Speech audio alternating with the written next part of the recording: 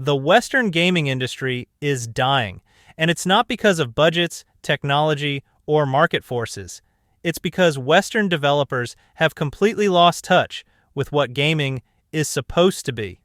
While Eastern studios continue creating beautiful, aspirational worlds and characters that transcend reality, Western developers are trapped in an ideological prison of their own making. Video games used to be about transcending reality, creating worlds and characters that broke every limit of human imagination.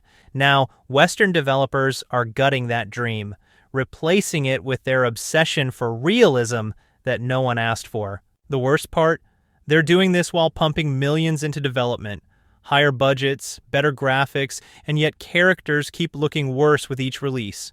We're now watching gaming de-evolve in real time, and Western studios are leading the charge backward. We're seeing this busted pattern across Western game development. Look at games like Spider-Man. Compare MJ between the first and second game. The first version had traditionally feminine features, rounded facial structure, full lips, large eyes. The sequel? They gave her a prominent chin, wider jawline, thinner lips, and proportionally smaller eyes. Western developers also have this bizarre assumption that players won't take female characters seriously if they're attractive.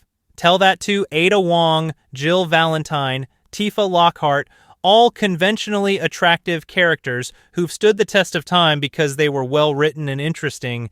Their beauty enhanced their characters instead of undermining them. Now, this Marvel Rivals versus Marvel Avengers comparison that dropped on Reddit just blew this divide out of proportion. Short context, Marvel Rivals currently is pulling in massive numbers. We're talking 200,000 players on Steam alone. That's not counting PlayStation and Xbox numbers, which could push the total player count well above 500,000. Now, contrast that with Marvel's Avengers. Remember that game? Square Enix and Crystal Dynamics had everything going for them. The Marvel license, a massive budget, and the full weight of Western AAA development behind them. But it failed.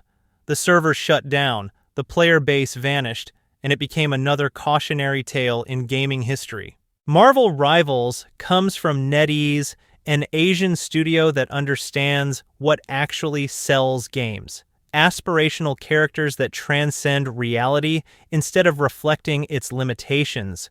They're not trying to subvert player expectations, they're trying to create entertainment that people actually want to play.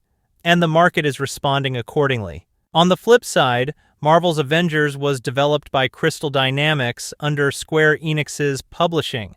Square Enix has been hitting some rough patches financially, and their recent development choices reflect that.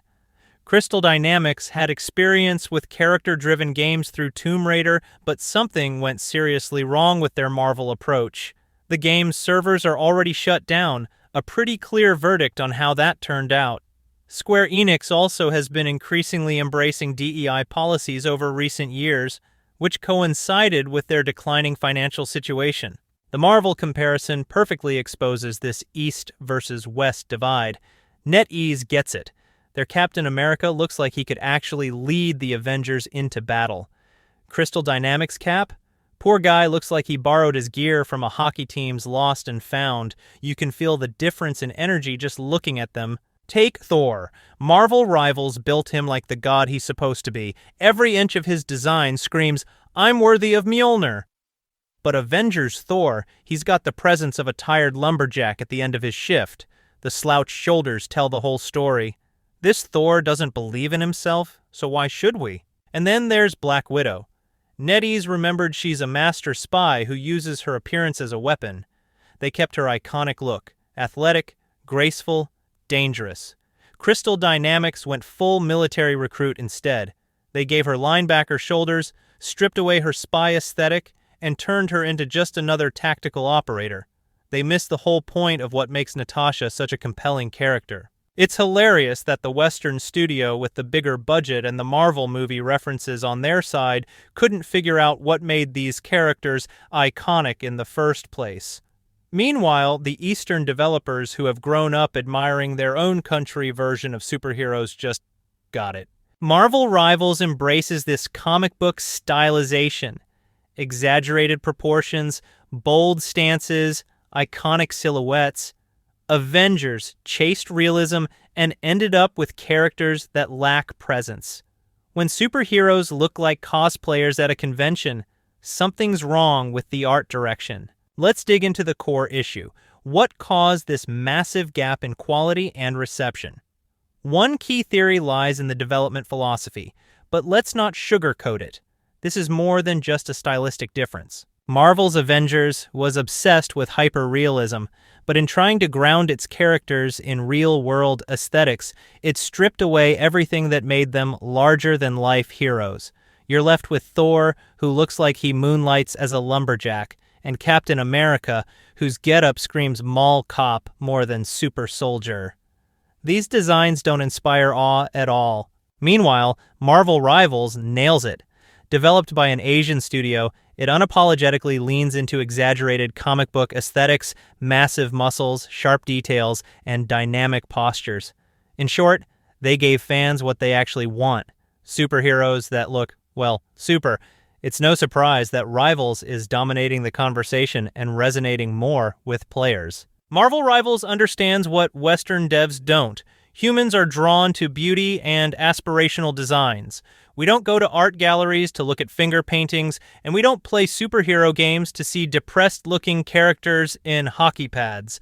This isn't about narcissism or needing to see ourselves reflected in everything but escapism and entertainment. Now, here's where things get heated, and you don't have to agree with me, but the influence of bad diversity, equity, and inclusion, DEI policies, has really contributed to this whole modern retrospective for worse.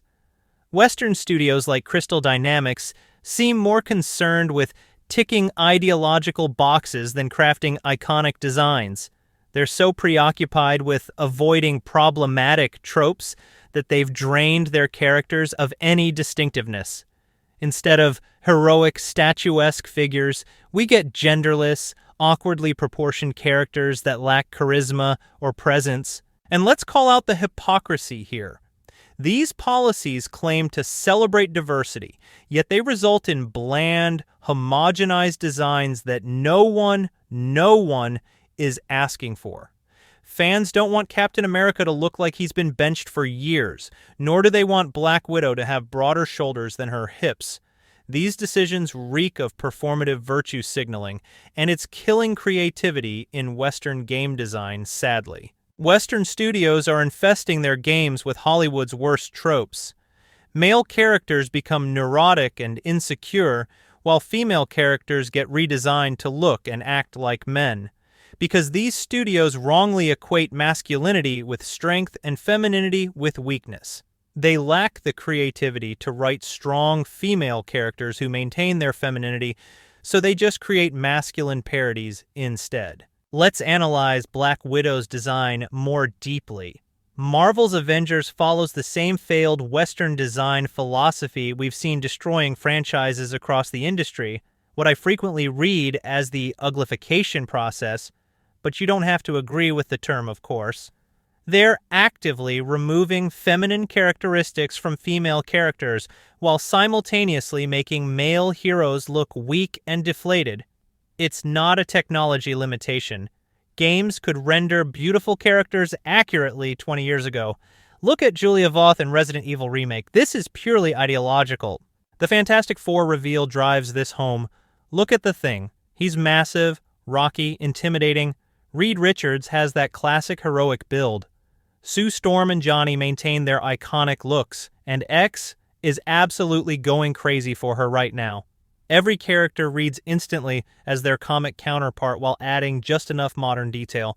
This absolute craziness going on social media platforms just by a poster alone of a new set of characters is proof enough that Eastern developers are owning Western studios right now. Players are flocking to Marvel Rivals because it dares to make superheroes look super again. Western devs can keep pushing their bland, homogenized character designs, but the market has spoken. The future of gaming lies with developers who aren't afraid to make their heroes actually heroic. Look at Final Fantasy Rebirth or Stellar Blade. Eastern developers aren't afraid to create beautiful, powerful characters. Meanwhile, Western studios are busy turning their female characters into GigaChad memes while making male heroes look like they're having an existential crisis. The success of Marvel Rivals proves which approach players actually want. All right, now it's your turn. What do you think about these design choices? Are you playing Marvel Rivals, or did the Avengers designs leave you too traumatized to even bother? Do Rivals' unapologetically stylized characters bring back that epic comic book feel, or do you prefer the grounded, albeit dull, approach of Marvel's Avengers? Let me know in the comments, and I'll see you soon.